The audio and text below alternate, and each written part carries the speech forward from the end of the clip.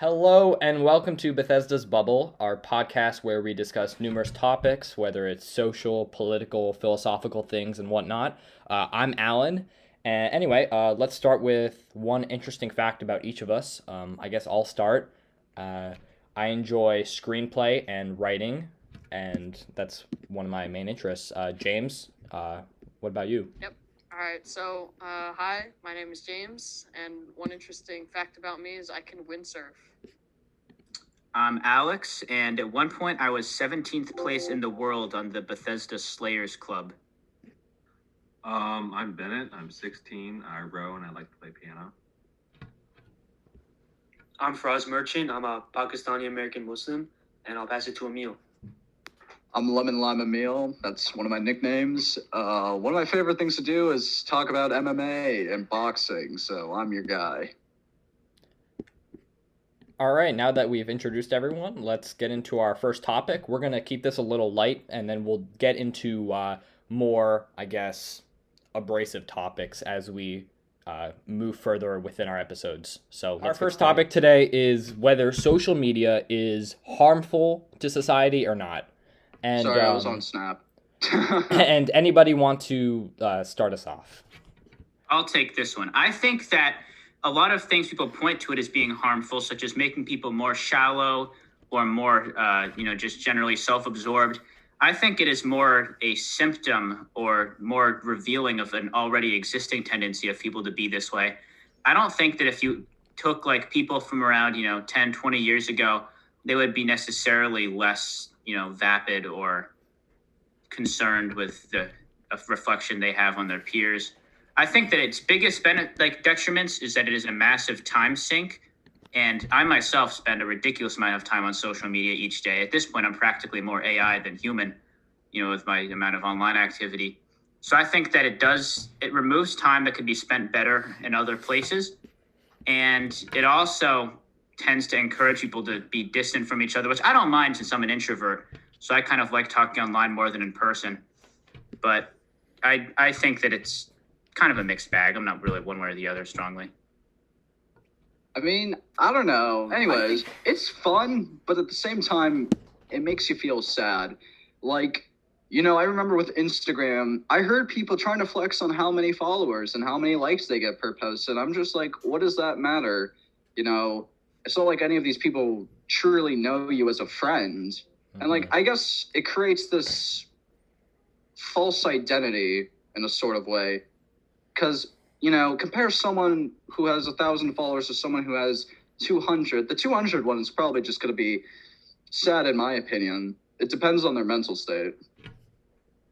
I sort of agree with what Emil said. Like, going off of, yes, Alex, I would agree that it is a massive time sink, but I don't think that is the major issue. I think it doesn't really have to do with it does contribute your current mental state, but it can cause like a deteriorated mental state. Like I think I think CDC had collected a bunch of data about the past 10 years regarding young boys and girls suicide rates, and it increased by I think it was 150% for girls under the age of 11.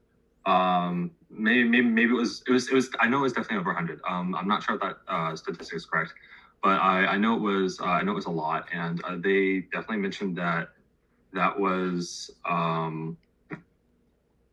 relevant to social media use. James, you have something to say? I don't think he does. Okay, I'll talk. So I see some of your points. I think overall, while social media does have a lot of positives, I think in general it is pretty detrimental in a lot of ways because I don't know. I feel like when you get social media, you sort of become like a slave to everything. Like we already have like so much indoctrination in our lives, whether it's like through other forms of media, school, religion, whatever it may be. And I feel like a lot of people, like you can tell that they're like insecure about their feed and their ratio, and they want to make sure everything's perfect. So because like a lot of people, they'll post something to make them look really good. Somebody else will see that, they'll feel insecure about their life, so they'll post something exaggerated, So it kind of just creates this chain reaction. You're always trying to like present yourself in a way. You're trying to prove yourself to others, even if you are like, you know what I mean? Yeah, I agree with Faraz. I think that especially, well, I mean, it depends on the social media type. Realistically, like places like Instagram kind of promote an unlikely or an unhealthy livelihood of only displaying the most glamorous aspects of your life, whereas I think things like Snapchat and other forms of more privatized social media kind of at least give more people hope when it comes to like mental health and stuff, because it shows that we aren't all perfect. And I think Instagram is really a real culprit when it comes to making people feel insecure about how they look and when they compare themselves to others, really. Well, Snap is like it's literally just an app designed to basically hide stuff. It's like stories go away after 24 hours. Snaps and DMs get deleted immediately. It's not.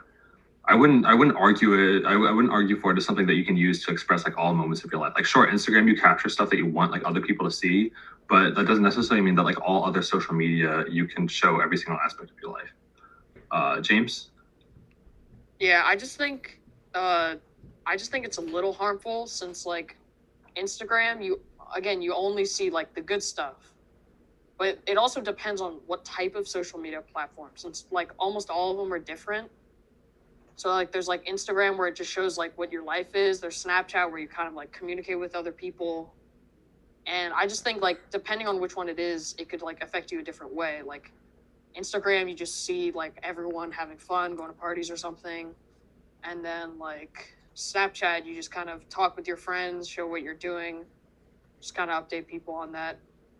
I don't Like, know. So, I'd say one of the main reasons I keep Instagram is because I have friends in other parts of the world who I otherwise wouldn't be able to talk to as easily. So Instagram video chat just makes that really convenient. I got friends like in like Kazakhstan, in other parts like Pakistan, India, Africa. So it just makes it really convenient to connect. Yeah, yeah. I agree with that. It's definitely a lot easier to, keep up with people that you clearly can't see on a day-to-day basis. But it's also the point where you become like reliant on using that for everyone. Like you're like your next door neighbors, so you've been Right. best friends for a while, and you like spend all your time like conversing with them on Instagram instead of seeing them in the real world, which is, not necessarily a bad thing. Obviously, me, I'm a little more extroverted. I prefer, seeing people in person, having like actual face-to-face discussions. But I feel like it is better to like it is probably healthier to just go outside, like actually see people and instead of just relying on social media for like literally everything. I think that the thing about the whole body image being called into question, while it is true that it definitely doesn't do the majority of people any favors, I think the key difference, at least for me personally speaking, is a lot of the stuff that I see that would make me feel bad about myself is stuff I would assume is happening anyways. Like I remember distinctly the night of Vikathon, I spent it watching the My Hero Academia movie alone at the mall. My dinner got stolen while I was in the bathroom. My phone died, so I couldn't call my dad to pick me up. So I finally sat there outside in the cold waiting for him to pick me up out of worry until about 10:30 p.m. I get home, put my phone in the charger. As soon as I open up, it's instantly on Instagram, and the first thing I see is a bunch of people, out partying. Yeah. And I remember my first thought was, damn, I'm a loser. But I think the thing is, I would have pretty much assumed that was happening anyway. It's not like I would have got back like, well, at least even though I spent it, watching this anime movie alone at the mall, at least I know everyone else is down there with me. No, that's absolutely delusional. I know 100% everyone is out there doing whatever happens at Vikathon. I wouldn't know because I've never been. It's fun. You should go. Yeah, Alex brings up a really I don't think it's point. my kind of venue, but Yeah, no, Alex brings up a very interesting point It was fun. It was about fun. comparing yourself to others. It intrinsically, Instagram, I think the founders of Instagram know this, that people compare themselves to other people, and then the benchmark or standard of how happy I am compared to how happy you are, it keeps getting raised. And I think that's what fuels the app. It's like pretty much the backbone of the app. And I think it really represents an adverse part of human nature of just comparing yourself to others and jealousy, envy, and trying to be better than everyone else. Even if people have good intentions, they are unintentionally comparing themselves to a lot of people and setting the standard very high with just how they live or how they want to portray themselves. Yeah, I feel like that's probably why Instagram removed the likes thing. Like you can no longer see people like the amount of likes I got on a photo or whatever. People would be like, that's a lot more than I did on my lives, you know, et cetera, like that. I don't think that's a big deal, but I'm sure that there are definitely some people who probably stress about that. Yeah, but there's also the aspect of like people being mean on the internet, like people being toxic and stuff. I mean, like that's literally human contact. If they know they're not getting in trouble, they can get really cocky. And cocky. Yeah, but that's the problem. Like, I just feel like social media also like is easier for people to be meaner, since like you can say stuff in public, like, and get instantly shut down by everyone and be like you said something, everyone looks at you and you're like, they're like, hey, that's not something good to say, but you could say it online and no one cares, since most of the time I think that's less true than it might seem at face value, though, because on Instagram, it's still real people at your school you're talking to. And if I went to a random person at Whitman's profile and commented something very vulgar and crude, I would get dogpiled on, and people in school would start asking me, yo, why'd you do that? Like, there would be real world ramifications in some way or another. And it's not like I follow random people from other schools. Like, would there be ramifications if someone who lives in California, if I went into the Instagram post and commented, you're a nerd, or you know, something much more crude maybe, but you know, that there would be no consequence, but it also would be much more, you know, meaningless to that person if it was some stranger. If some guy I've never met called me, you know, a moron, I basically don't care. It hurt a lot more if it was, you know, someone who actually had some relation to me in some way or another.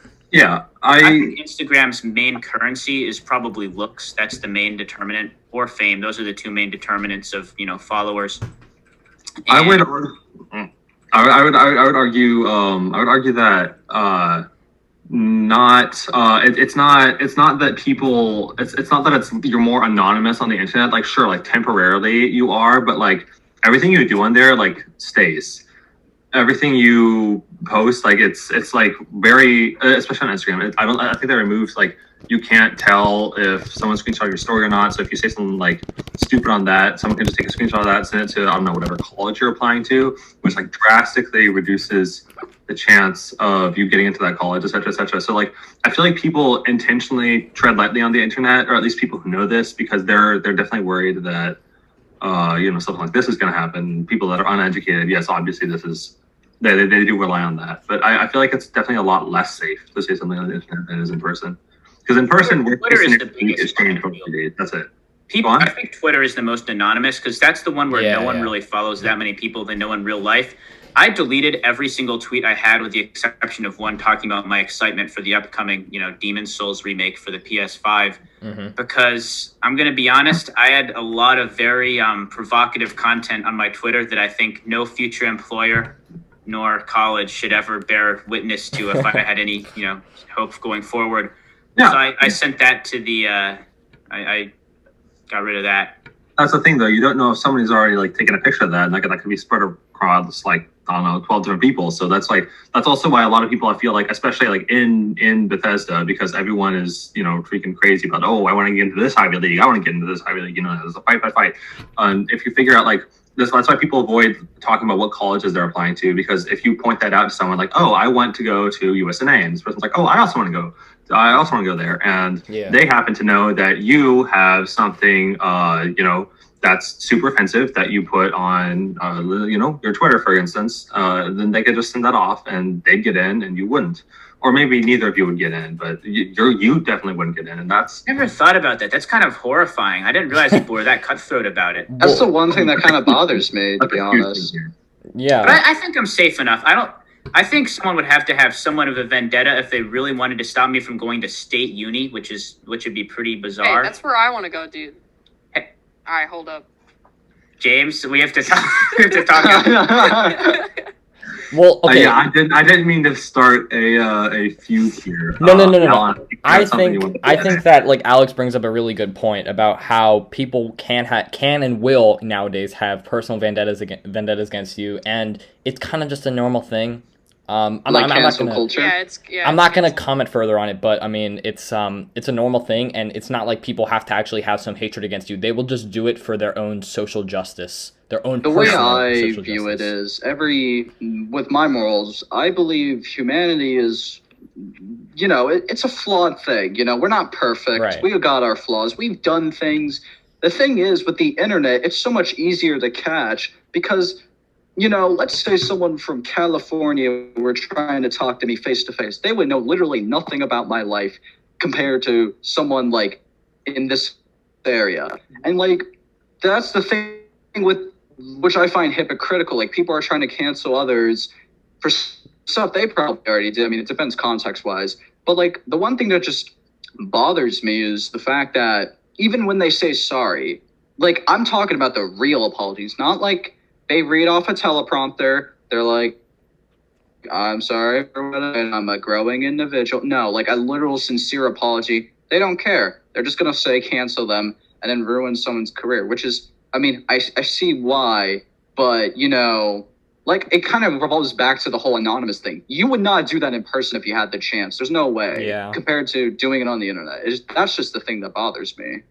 Yeah, especially since the internet is so, like, connected. Vast. Like, like, you could,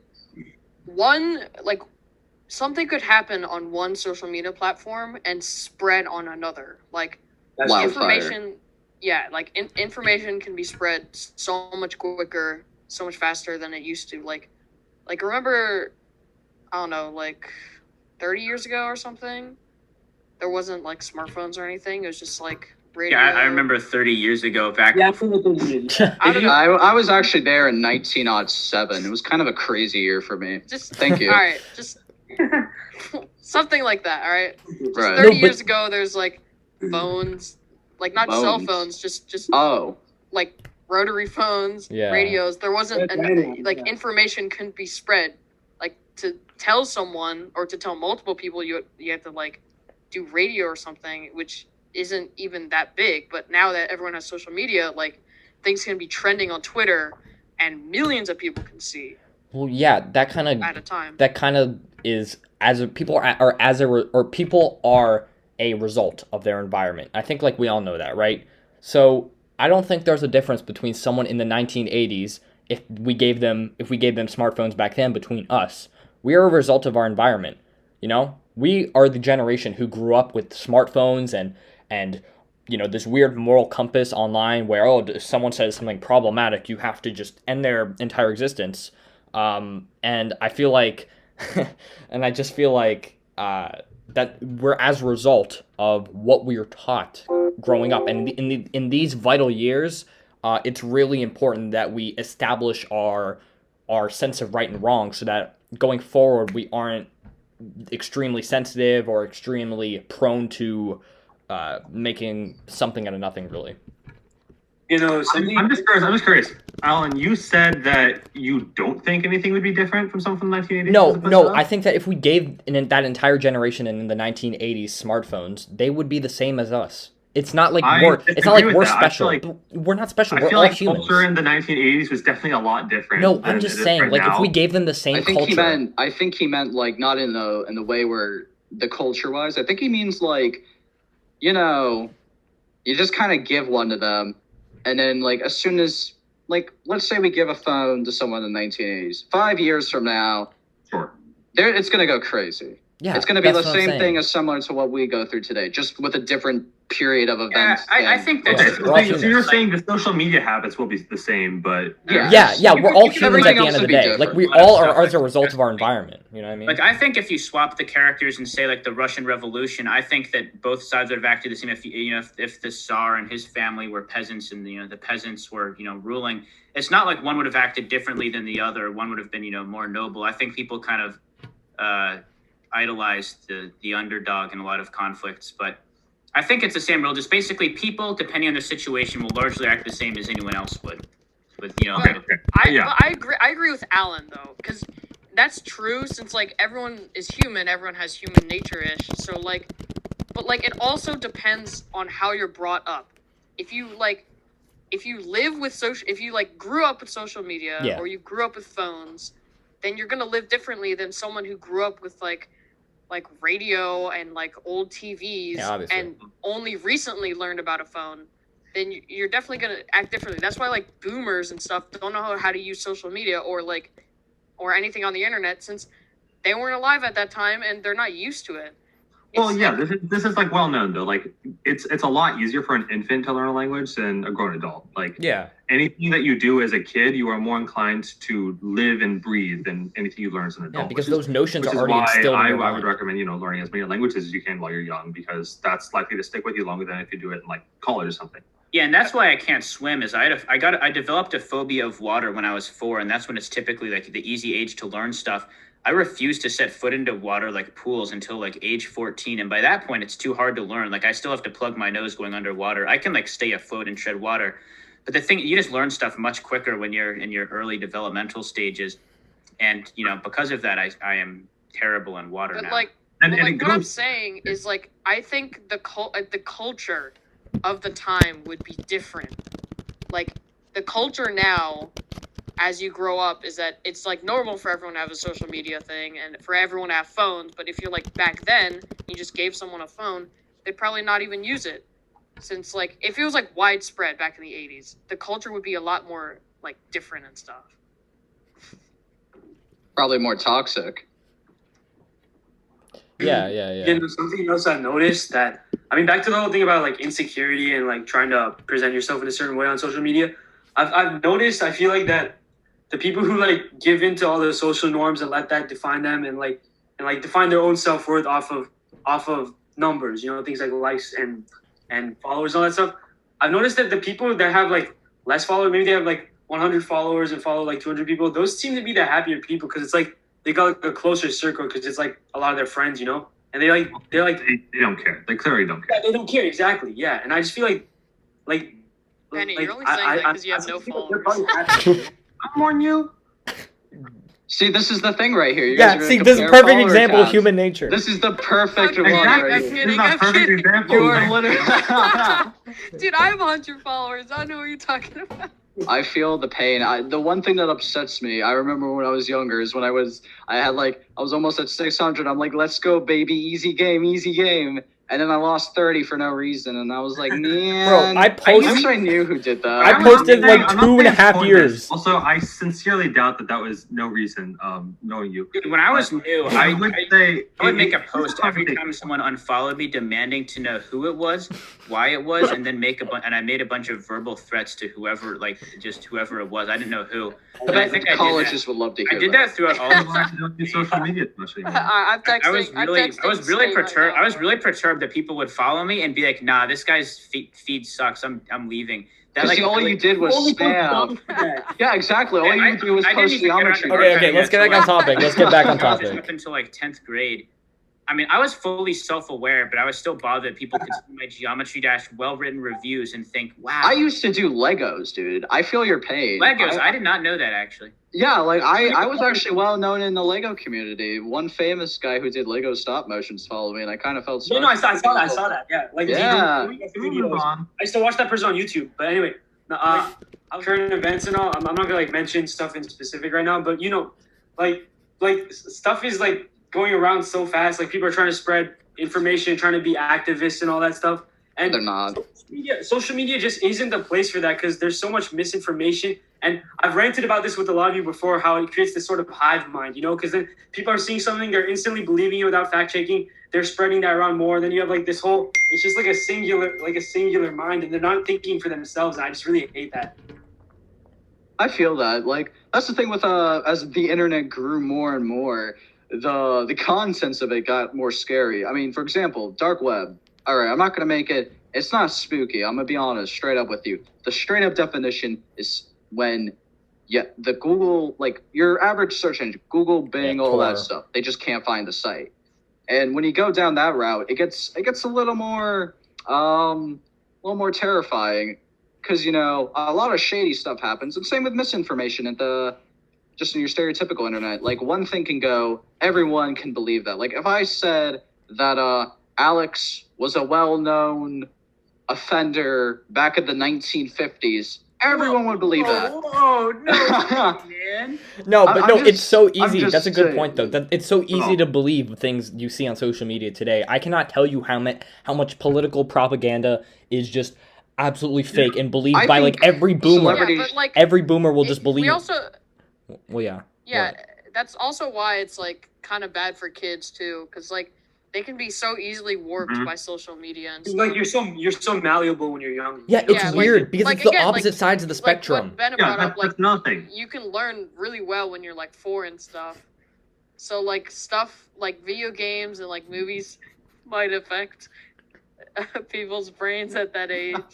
Okay, no, but Um, seriously, I think it's interesting how the That- opposite side of the spectrums are like very influenced easily. Like if you give a 10-year-old political propaganda, he'll be like, "What?" But if you like give TikTok. if you give a 70-year-old political propaganda, they'll believe it. But if you give like a 70-year-old like Charlie D'Amelio is beating up children liberal. after school or something, and then if you give that to a little kid, they won't believe. Like, you know what I mean, right? Like the When I was a little kid, Why'd you- I wasn't Talking very about concerned targeted with audiences. What my parents thought about politics. I just adopted whatever my parents thought and assumed. I it was never. Mhm. I just I thought kind it of was complete myself. versus well, everyone's evil, like, influenced. you I either would say, with- in a degree. You were with my parents and I, or you were like actively contributing to the end of the world, and Yeah. you were completely Same. That's a lot of people. But then Pointlessly evil. something else interesting is that some people actually have the exact opposite effect. They want to like stray away. Same.